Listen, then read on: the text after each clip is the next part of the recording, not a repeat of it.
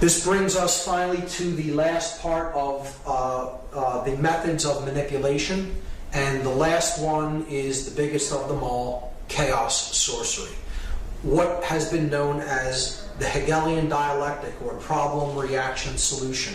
And we're going to talk about what the Hegelian dialectic is, and we're going to see an example of how this is put into action when we analyze the 9/11 occult ritual.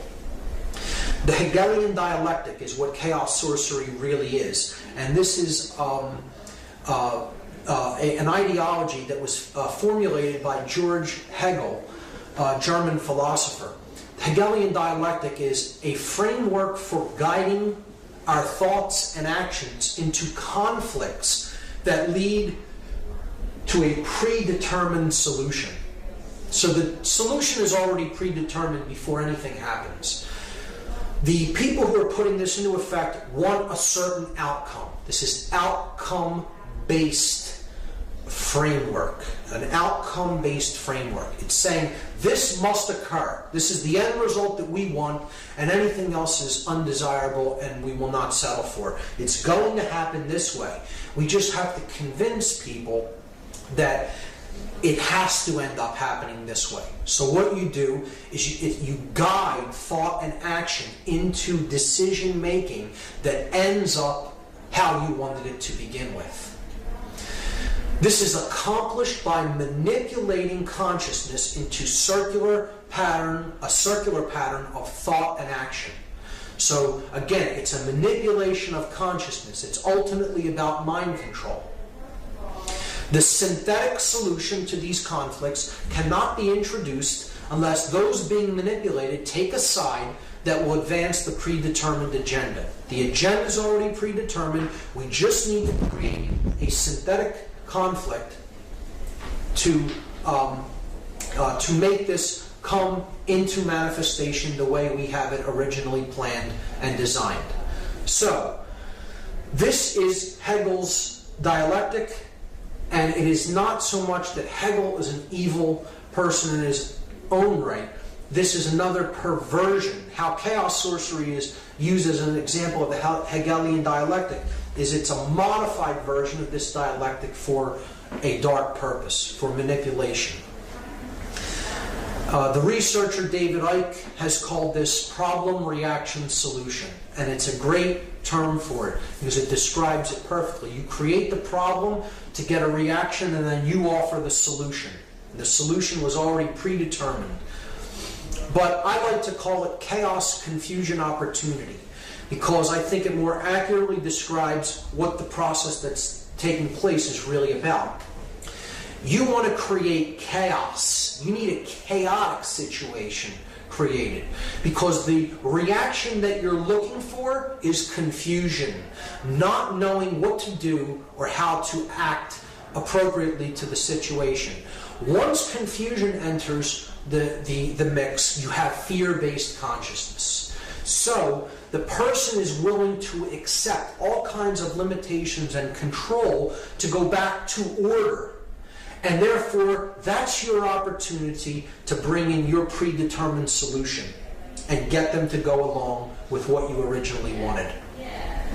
David Rockefeller described the Hegelian dialectic perfectly. He said, "We are on the verge of global transformation. All we need is the right major crisis, and the nations will accept the new world order." And it's not the light one that he's talking about. This was the major crisis that they introduced. The events of 9/11, 2001, was an example of the modified Hegelian dialectic. It was an example of chaos sorcery. It was an occultic ritual of human sacrifice that involved three major examples of occultic symbology and ideology in the work to create the synthesis that they were looking for.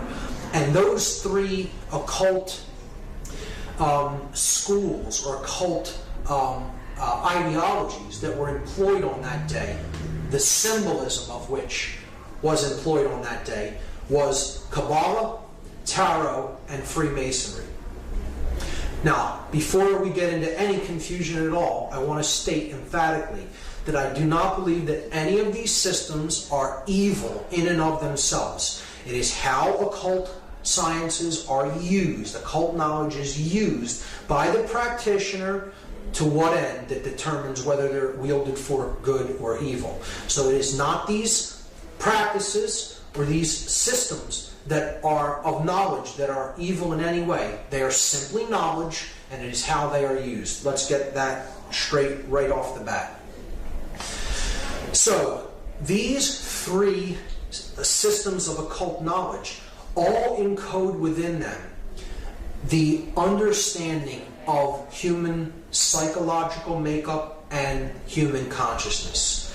And the ritual of 9/11 is ultimately about the destruction of that knowledge and keeping the truth down, keeping our awareness down, destroying our awareness, destroying consciousness. So we're going to look at some examples of this occultic iconography and symbolism that was used on that day.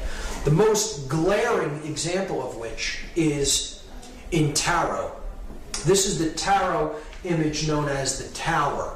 It's a card that represents the end of an old way of things and the birth of a new way of things. It's the destruction of something that is old and worn down and the building of something new in its place. One thing is being cleared to make way for something to be put up in its place. Okay? So that's the Tower. It is depicted as being struck by a bolt of lightning, on fire, with people toppling out of the windows.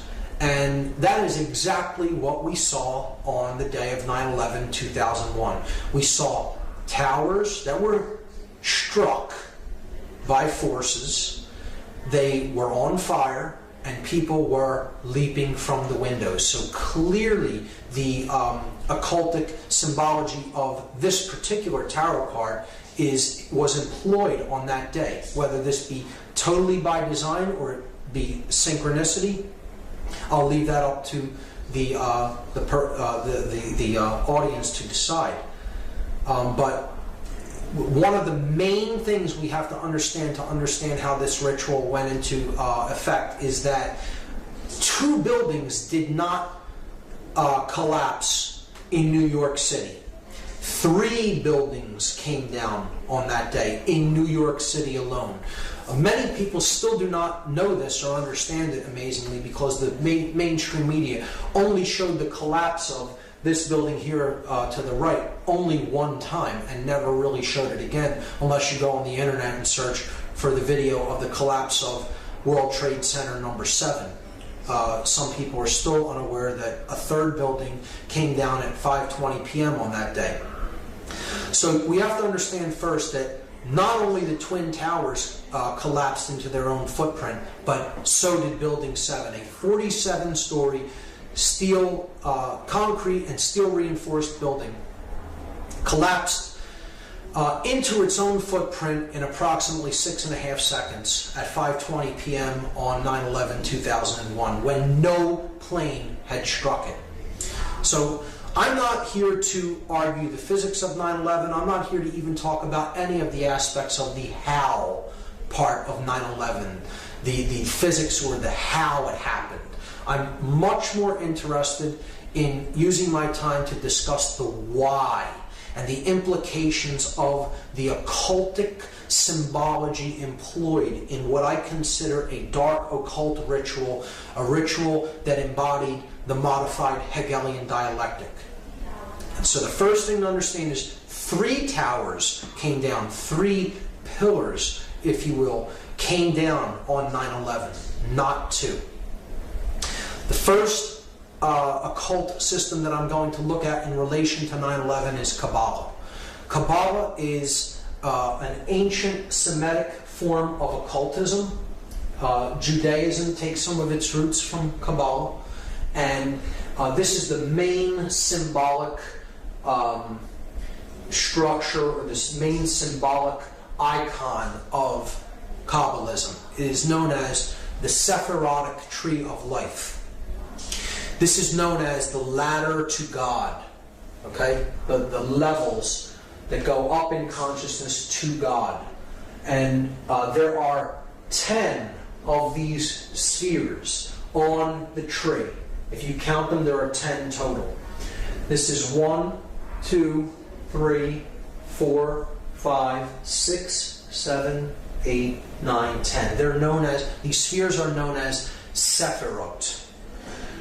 So the 10 Sephirot comprise the tree of life. Now in the books that describe this symbol, the Sephirotic tree, they're the Zohar and the Sefer Yetzirah. They look at it as that there are only 10 Sephirot. There are not 9 and there are not 11. This is specifically worded into these books. To speak of there as being any more or less Sephirot is considered like a blasphemy in Kabbalah, because there are only 10. So this is where part of the name, the name of the ritual comes from. Not 9, not 11, but yet we have the ritual happens on 9/11. And we'll talk about the occult significances of the numerology as well when we explore that. But in Kabbalah, 9 and 11 are considered blasphemies against the 10 Sephirot, if you speak of there as being any less than 10 or any more than 10. And we also see that the symbolic numbers, the numbers of these buildings are symbolic when we relate the ritual to Kabbalah, because the buildings that came down were the Tower 1, which is the male tower. Okay? It has a phallic symbol on top. This is Tower 1 in the numbering system of the World Trade Center. The feminine tower is Tower number 2. And then this building is World Trade Center 7. So if we add them together, we get 1 plus 2 plus 7, and that equals 10. So we see there are 10 Sephirot. The building numbers total 10. So they're bringing down the 10 in the buildings, and they're bringing down symbolically the 10 Sephirot. You see, in the Sephirot, there are 3 pillars. 3 columns. You have this left-hand path known as the path of severity. You have the right-hand path that is known as the path of mercy. Again, these are corollaries to the Freemasonic pillars. This will be the pillar of mercy, which is Joachim. This is the pillar of severity, or Boaz. And then you have the path of mildness, or the path of will. Will to ascend in consciousness. This sphere representing base consciousness, and this sphere representing cosmic consciousness. Without going into very deep explanations of what each Sephirot represents, just understand that this middle pillar is the synthesis between these two. This represents too much male aspect or control. This could be too much capitulation to control. You can look at it that way, with this path being severity, this path being mercy. You could look at it as this path is not being a controller and also not being a slave. It is not being a dominator nor capitulating to domination. Therefore, the middle way, as it is called in Buddhism, the unification of male and female, the chemical wedding. It is the ascension from base consciousness through connection with conscience, the heart chakra, and attaining cosmic consciousness or higher level awareness, represented as the crown Sephirot.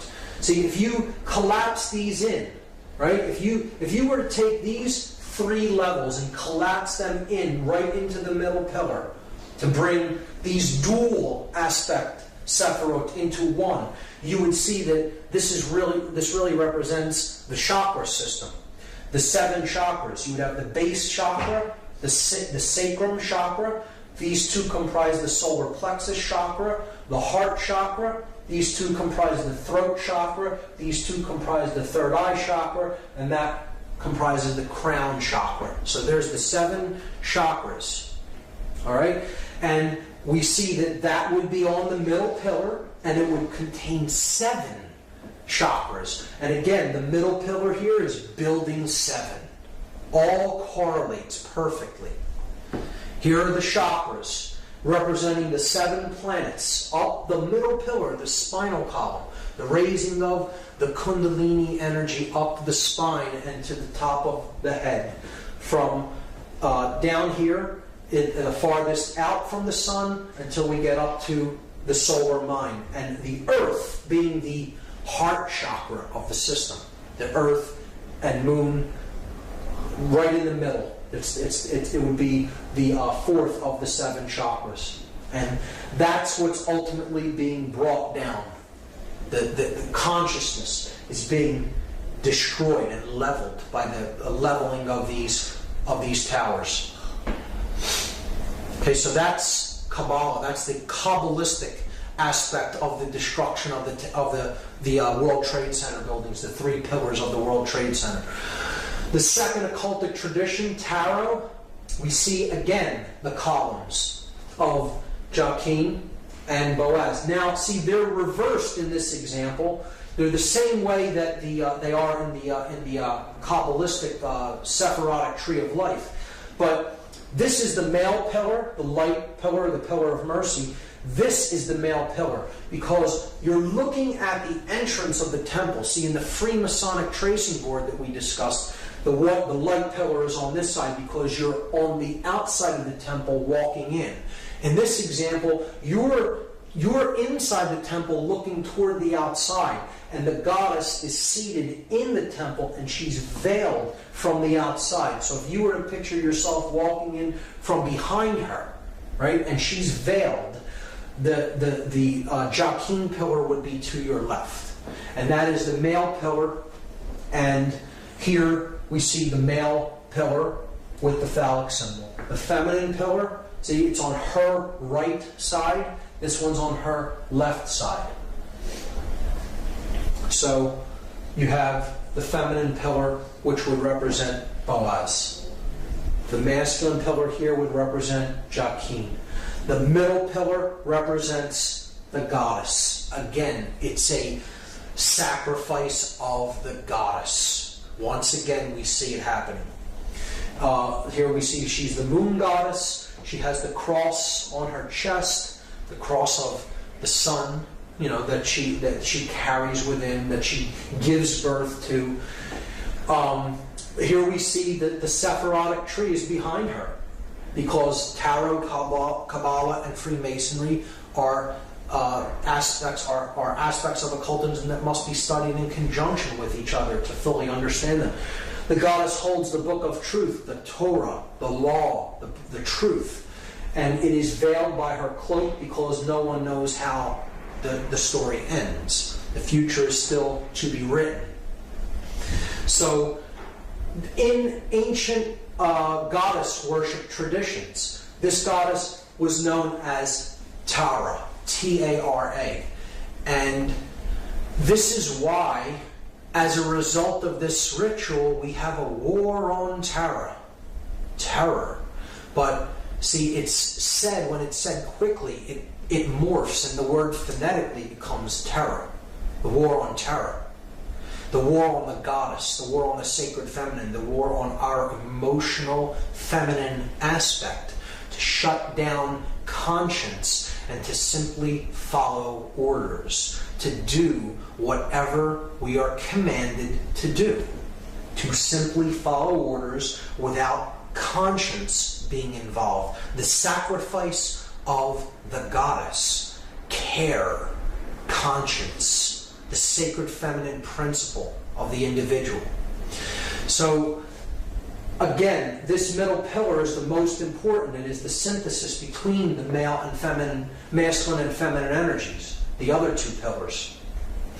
So the third pillar is the the principle of truth, because another name for this goddess in Egyptian tradition was Taurt. And Taurt's name kind of phonetically morphed until it became Taruth. And this is where we get the word truth out of. Phonetically, the word truth comes from a derivation of this goddess's name. So she is the goddess of truth. Now this is why there is a 9/11 truth movement, because they took too big of a chance in completing the ritual when no plane had hit it. See, a plane was more likely than not scheduled to hit that building, or something was scheduled to hit that building, whether you believe it's planes or whatever you believe actually struck, or the force that was used to bring down those buildings, to me is irrelevant. The buildings did disintegrate. They were brought down, okay? And whether you believe it's controlled demolition or even a more exotic technology is irrelevant as far as I'm concerned. The buildings were brought down, and that's the main thing. And the middle pillar, which represents the goddess, it represents truth, it represents the path to higher consciousness, the unification of the masculine and feminine principles of consciousness within the individual, are being destroyed. Ritualistically, symbolically, we're destroying the sacred feminine. We're destroying care. We're destroying conscience. We're destroying consciousness. We're destroying truth. Okay, that's what the ritual is about. And that is why Building 7 had to be brought down. Something went awry in the plan. Whatever was supposed to happen physically to that building didn't happen when it was really scheduled to happen, because clearly these buildings were wired with explosives well in advance of the actual ritual taking place, because that, explosions did happen from within the building and no one could have wired them on that day. So something happened and they could not take it down as they wanted to, but they would not leave the pillar up. Because if they left it there, it would symbolically represent that the will still stands. The will to ascend in consciousness. It would symbolically represent that the truth still stands. That the goddess still stands. And they could not do that. They had to complete the symbolic interpretation of this mass ritual by bringing the middle pillar down, even if nothing had appeared to strike it, and that's why they brought it down at the end of the day. So that is the tarot aspect of it, and how the goddess ties into it. It is a symbolic sacrifice of the sacred feminine, of the goddess, once again. And now a clear example here of the three pillars that we've already seen in the Freemasonic tracing board. Again, the masculine or solar pillar of Joachim, the feminine or lunar pillar of Boaz, and then the pillar of Jacob, Jacob's ladder, the middle pillar, the one that gets you through the stargate, okay? It gets you to the all-seeing eye, right? The all-seeing eye directing the entire operation, right? Takes you past that, through the stargate, to the realm where the true light is at, the intelligent principle of the universe. And this middle pillar is the synthesis between these two. So this is thesis, this is antithesis, antithesis, antithesis, and this is synthesis. That's the Hegelian dialectic.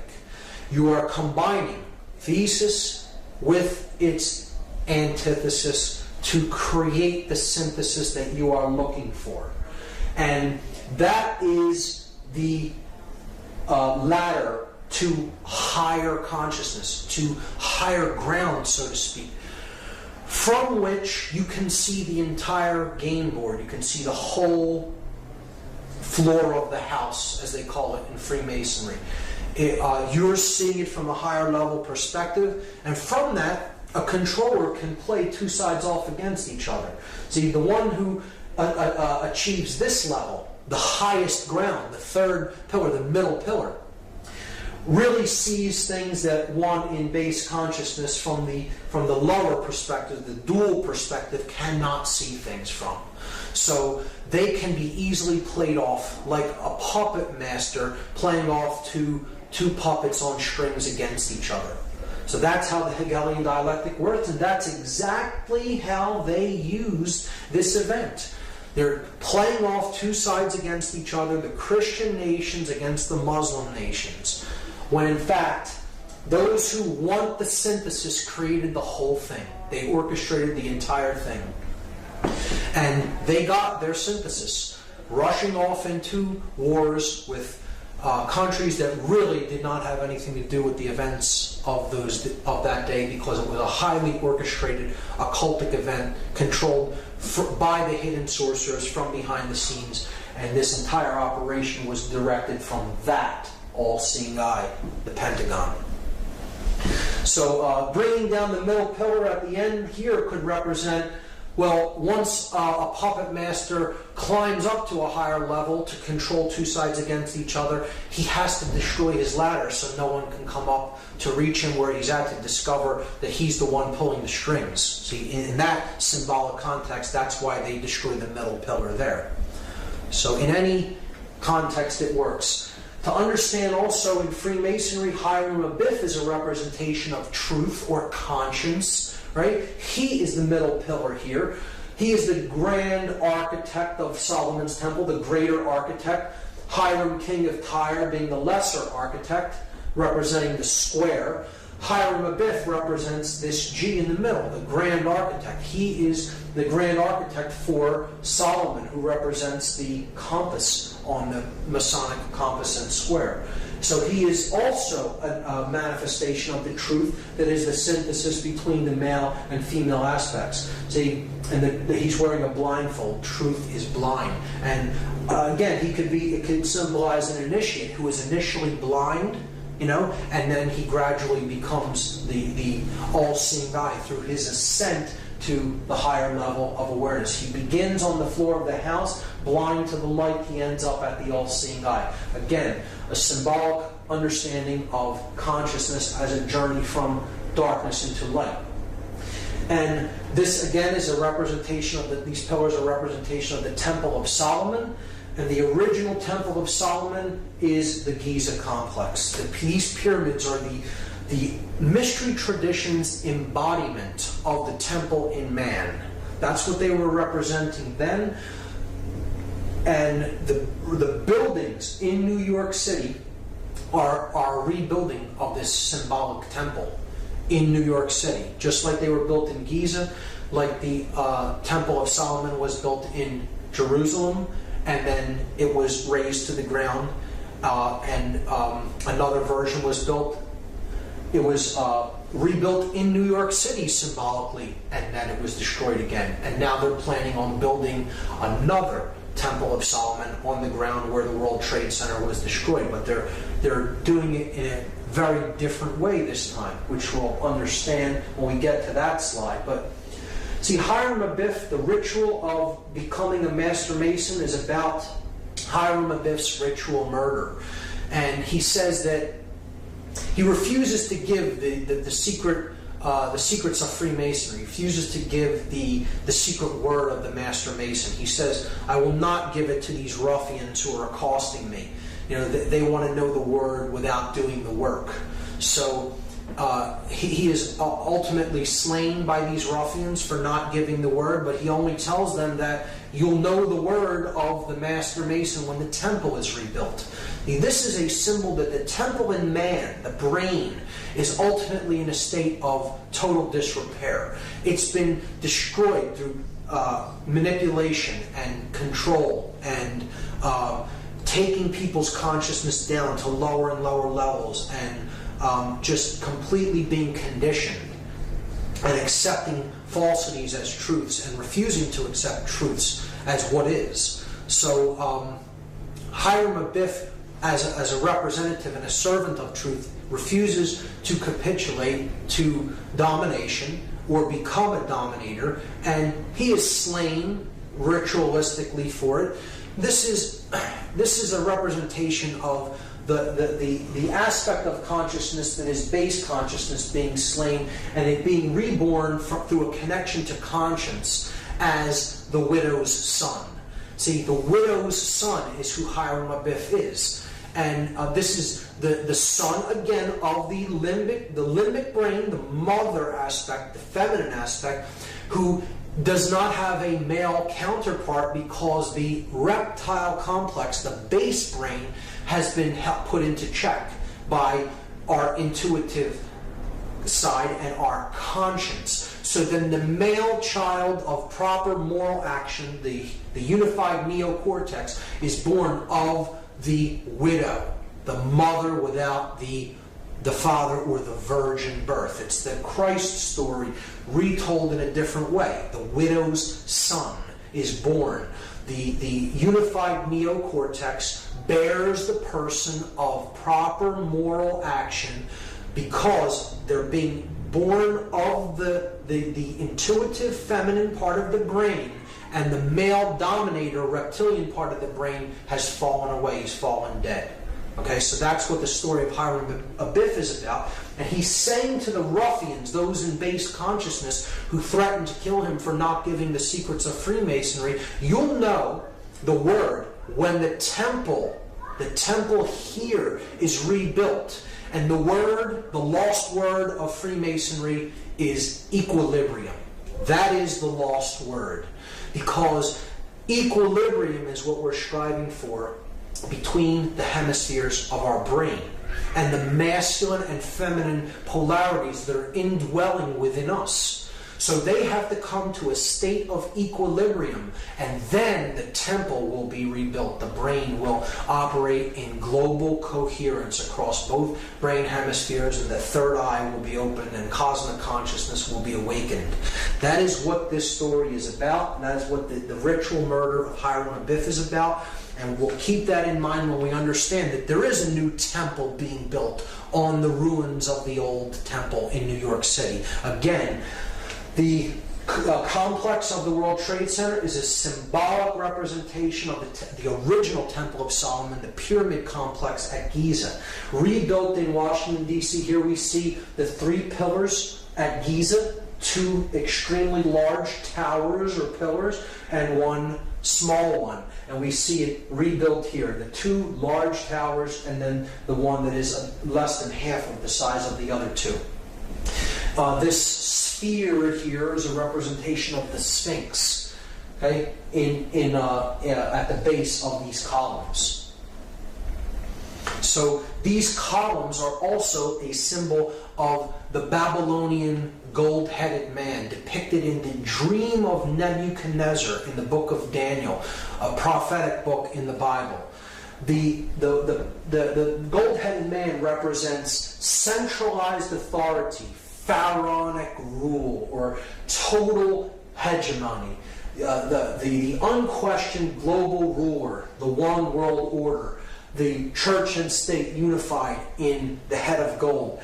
And as dynasties went on, power diminishes. It goes through the Silver Age, then it goes into the Bronze Age, and eventually you have the separation of church and state. And you have the iron legs of the separation of church and state, and then you eventually get to the clay feet if you study this symbology in Daniel. And it's understanding how power is amassed and eventually through time it is diminished until they're trying to get back from this level to this level. And that is what the Dark New World Order will be. The destruction of the 2 pillars and the combining of them into one centralized authority, one world state and religion. That's what the New World Order ultimately is about, the Dark New World Order. So they're destroying these 2 iron legs. They're destroying the iron legs of the Babylonian gold-headed man to try to get back to one centralized authority of church and state. These pillars could be seen symbolically as church and state being destroyed. So where do we see the concepts of church and state? We see them in tarot on the death card of the major arcana. So we see the rider, death, on the white horse, coming with the flag, the black flag that has the inverted pentagram on it, the destruction of spirit. He is running down a king, and he's getting ready to run down a pope or a priest. So this is the ruler of state, this is the ruler of church or religion, and he's running them both down, destroying church and state. And you see in the background the two pillars with the setting sun in the background. The light going out from the world between the two columns. Highly symbolic. This is a representation of the new temple that they're building. In place of where the two pillars stood, they're planning on erecting one. One from where the two stood. The thesis and antithesis destroyed, the synthesis is created. The phallic symbol, the one male phallic symbol, erected in place where the symbols of church and state symbolically once stood. You know, obviously they weren't buildings that really represented that, but they're symbolic analogs to these concepts. And putting the one pillar up in the place where the two stood is the rebuilding of the destroyed Temple of Solomon in New York. The sun and the moon, and now only the sun or phallic symbol, the male tower, remains. That is what 9/11 was about. 9/11, incidentally, the Freedom Tower is what that building is going to be called, and it's scheduled for completion in the year 2012. I'm sure to correlate with other dark prophecies of apocalypse or Armageddon, and which isn't what I see 2012 as being at all. I see it really being the birth of consciousness, because they're not able to put consciousness down. Their ritual failed. There is hope in the fact that the Building 7 stood, and they had to bring it down, and essentially screwed up the entire thing by really making people come online and understand that this was an inside job and this was an occult ritual, by bringing down that middle pillar when nothing had hit it. So that was the ultimate mistake in this whole ritual enactment, and as far as I'm concerned, they did not fulfill the agenda that they were trying to fulfill by this ritual being enacted. Instead, they initiated a great awakening within the human population. As the researcher Michael Tessarian is fond of saying, did 9/11 shake us up, or did it?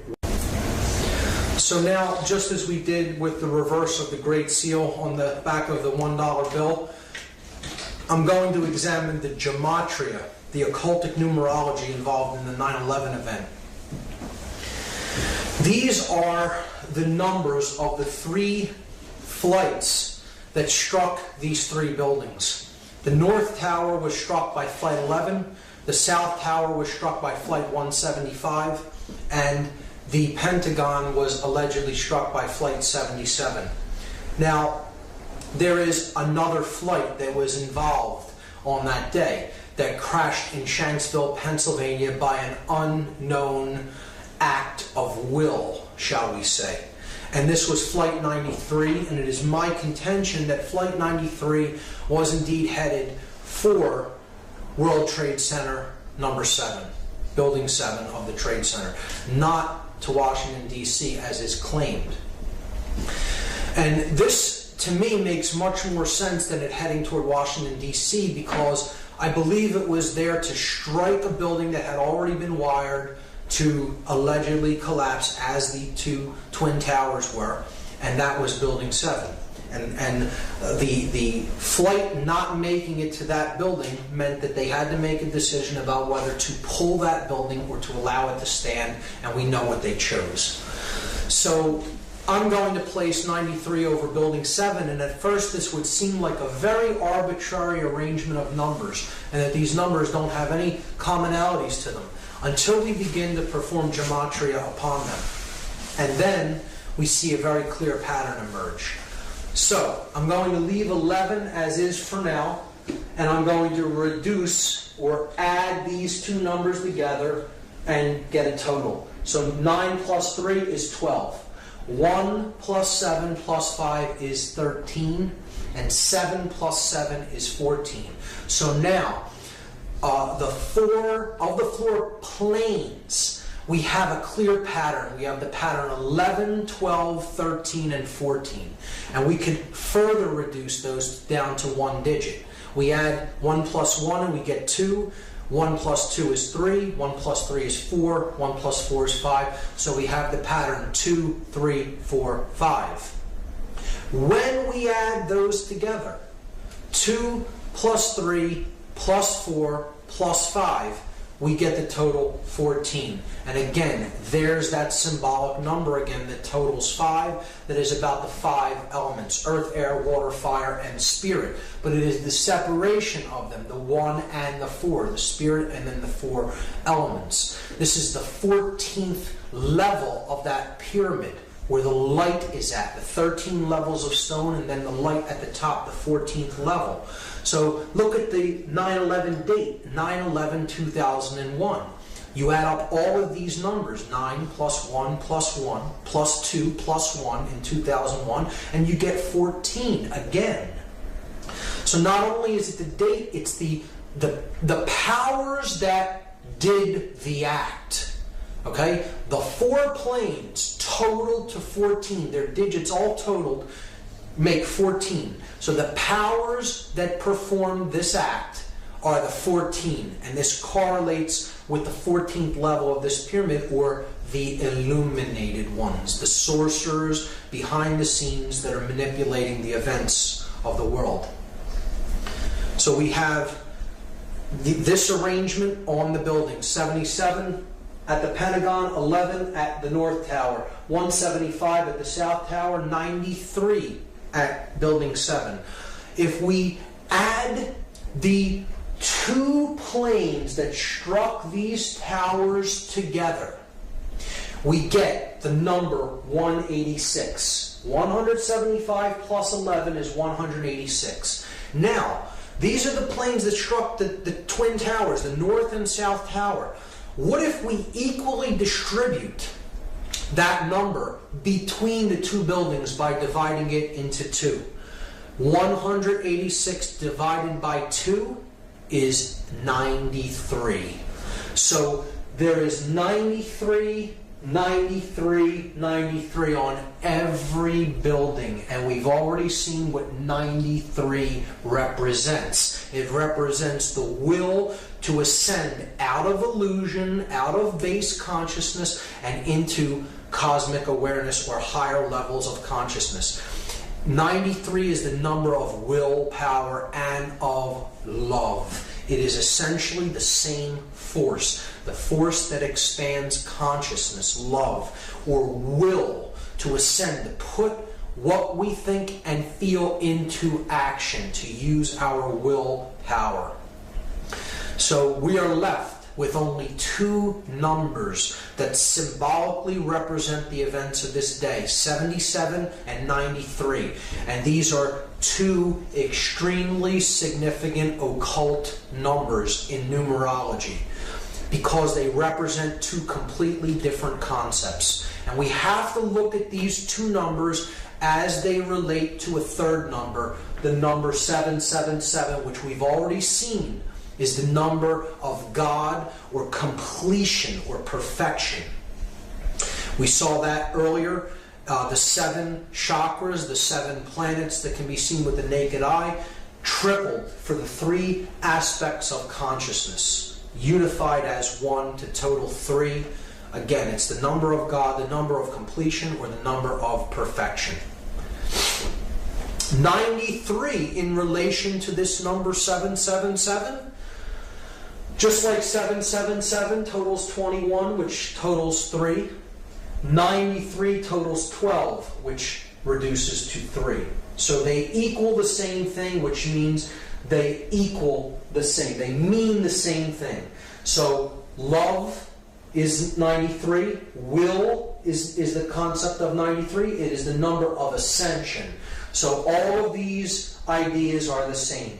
They mean the same thing. In gematria, when numerological additions total the same value, the words that they represent really mean the same thing. So 93 is 777, is love, is will, is ascension, is God, is completion, is perfection. These are all the same concept.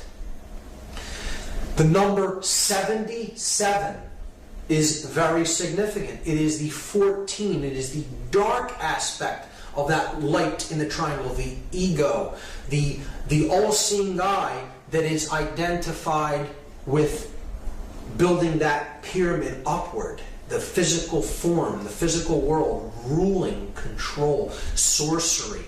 It is the force of chaos. The number 77 represents chaos in all forms of occultism. It represents the sorcerer. It is the sorcerer's number. And it is the number of the beast in disguise. Why is that? Because if you fail, even if you succeed in one of the other two aspects of consciousness, in thought and emotion but not action, or in thought and action but no emotion, in the example of a sorcerer, has no emotion, or even in emotion and action but with no thought, that is base consciousness. That is the beast. You have not arrived at the 777. You have only arrived at the 77, which is 2/3 of completion, or it is 14 out of 21, 2/3, right? And this reduces in decimal to 0.666, repeating. So it is the number of the beast in disguise. The sorcerer is the beast. And this is encoded on the 3rd degree tracing board of Freemasonry. Here you see the tools that slayed Hiram Abiff. He is finally struck with the mallet, representing ignorance, the light going out, the third eye being struck, put into the coffin, okay? The coffin is the spirit, where Hiram Abiff, the hey in Hebrew, representing 555, Hiram Abiff's number. He is in his coffin because he is the spirit, he is the truth, he is the light, and he is the skull and bones is placed on top of the coffin, symbolic of the sorcerer. The sorcerer who conquers his spirit, so that the skull, cleverness, thought and cleverness, left brain cleverness, plus the will to act, reigns over the spirit. The sorcerer has cleverness, he has the will to put his cleverness into action, but he has no conscience. The conscience is entombed in that coffin. And an individual such as this is headed west. They are headed toward the realm of darkness and death, to the west, not toward the realm of light, to the east. And here symbolically is the sprig of acacia, and that represents the hope of resurrection in Freemasonry. So this is the hope that one who has destroyed their own spirit through their usage of their intellect and their will to act in an egoic fashion may indeed still be able to resurrect the spirit and come to a place of moral uprightness and conscience. So that is what this tracing board represents, and it is the 3rd degree tracing board. It is saying you may now be initiated into some of the mystery, into some of the knowledge, but you must use that with spirit intact and not use it as a sorcerer. Otherwise you are headed west and you are not headed toward the true realm of light, which lies to the east. And I think that's a great allegorical explanation for morality. And we see, therefore, that the two numbers that this ritual reduces down to is 77 and 93, and the positions that they are in is all telling.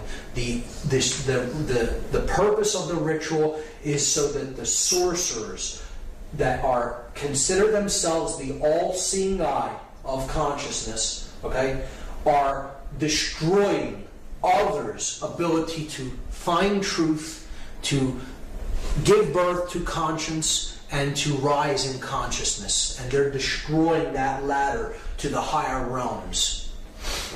of consciousness. Or if we replace 77 and 93 with their symbolic analog, 77 the number of the beast in disguise, 93 another variant for 777 the number of God. Look at what this ritual is really about symbolically. It is about the beast reigning above God, the beast becoming God and destroying God.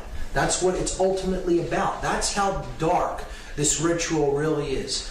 It is about the ego and illusion conquering the spirit and conquering higher consciousness.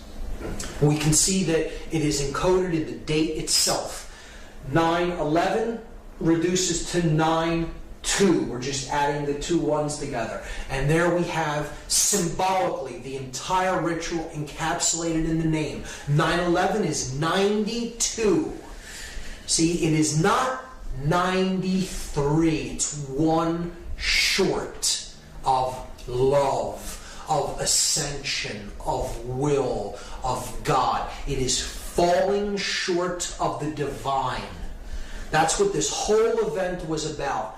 That the idea that human will is falling short, and now the time of the beast is upon us. See, 92 out of 93, falling short of love, will, ascension, God, reduces to 11 out of 12, which reduces to 2 out of 3, which again is the number of base consciousness. It is the number of the beast when it is reduced to its decimal format.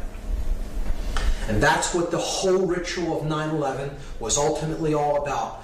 It is about the destruction of the ladder to God, bringing down the Kabbalistic tree of life, the 10 Sephirot, 1, 2, and 7, bringing them down to destroy the ladder with which we can use to ascend in consciousness. It is about the destruction of the truth and the goddess, a human sacrifice ritual. Those people were ritualistically sacrificed in this evil doing.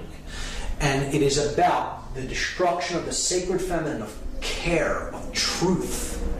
Another ritual to immolate the goddess of care. The goddess that represents the earth. Terra. Again, you hear politicians say, if you are not with us, you are with the terrorists. Tara, the goddess, the Mother Earth. Terra is the name for earth. If you're not with us, you're with those who side with the earth and the Mother Goddess, right? And it was also used to create the Hegelian dialectic, the bringing down of thesis and antithesis to create synthesis, the sorcerer's middle pillar. That's what the event of 9/11/2001 was all about. An occult ritual to bring about the dark, modified version of the Hegelian dialectic. Chaos, confusion, opportunity. General Douglas MacArthur talked about the Hegelian dialectic. He said, our government has kept us in a perpetual state of fear, kept us in a continuous stampede of patriotic fervor with the cry of grave national emergency.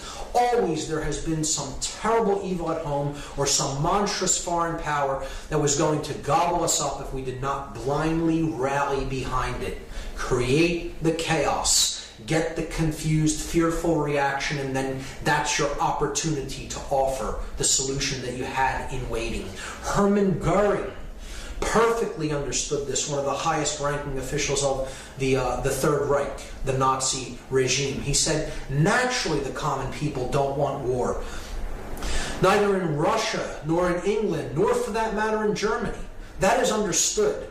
But after all, it is the leaders of the country who determine the policy. And it is always a simple matter to drag the people along, whether it is a democracy, a fascist dictatorship, a parliament, or a communist dictatorship. Voice or no voice, the people can always be brought to the bidding of the leaders. That is easy. All you have to do is tell them they are being attacked.